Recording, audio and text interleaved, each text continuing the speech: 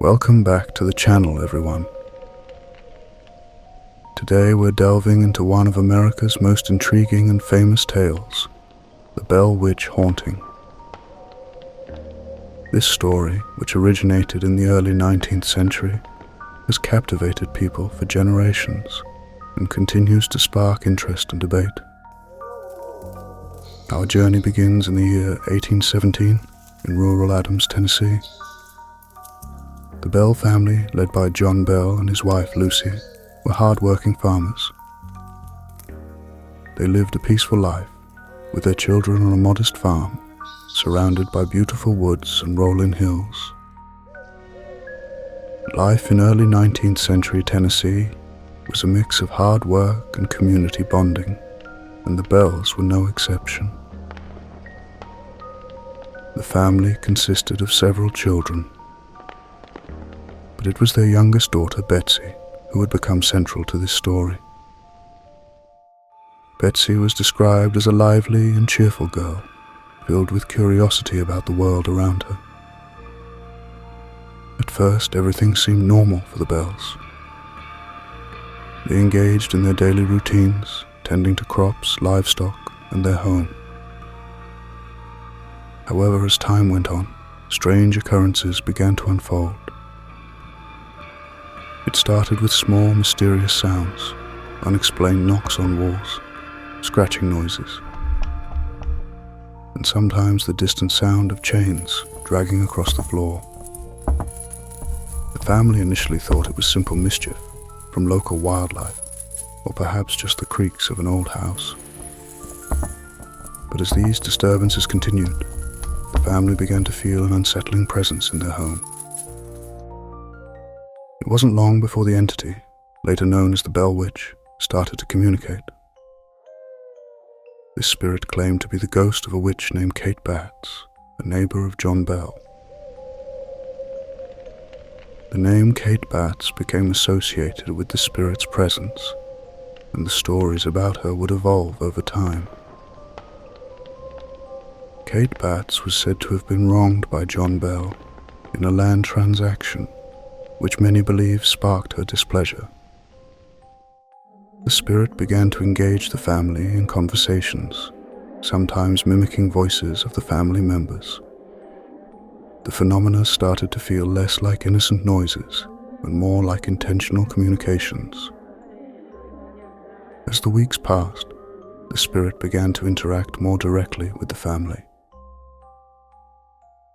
It reportedly started by moving objects around the house, leading the Bells to believe that they were dealing with something beyond their understanding. They would find furniture rearranged and items placed in unusual locations. The family, particularly Betsy, became the focus of the entity's attention.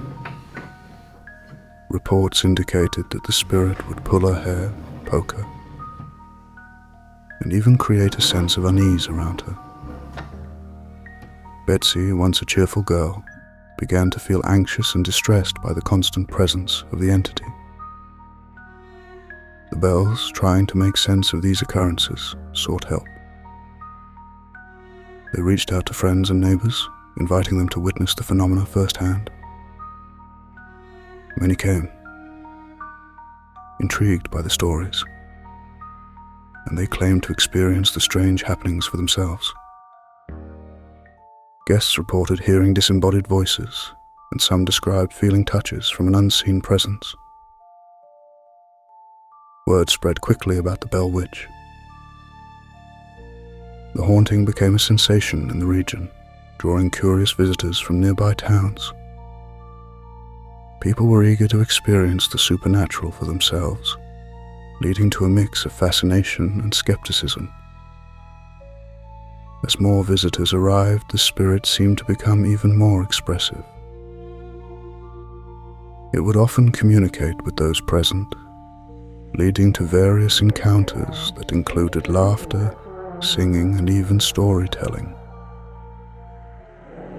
Some described the entity as mischievous yet oddly playful.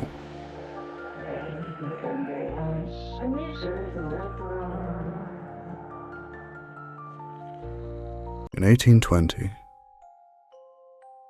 as the story continued to unfold, the hauntings became more complex. John Bell's health began to change, and he expressed concerns about the entity's intentions. He believed that the spirit was causing him physical distress, claiming he felt ill due to the witch's influence.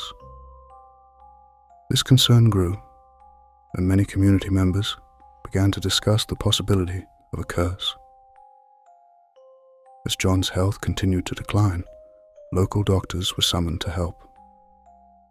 They were puzzled by his condition and could not provide a clear diagnosis.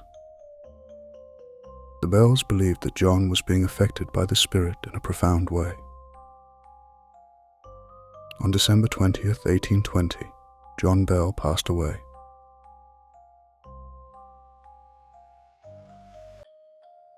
His family believed that the Bell Witch had played a role in his death. The day before he died, it was reported that the entity had declared it would take his life. Witnesses claimed that they found a mysterious vial near John's body, which many speculated could have contained something harmful. This incident deepened the legend of the Bell Witch, intertwining it with the family's history in a significant way. After John's passing, the disturbances in the home began to lessen, but Betsy continued to feel the impact of the haunting. The entity's presence lingered, and she experienced vivid dreams and an unsettling sense of being watched. As time went on, Betsy became more withdrawn, finding it increasingly difficult to cope with the experiences she had endured. The community rallied around the family, supporting them during this challenging time, but the hauntings seemed to leave an indelible mark on Betsy's spirit.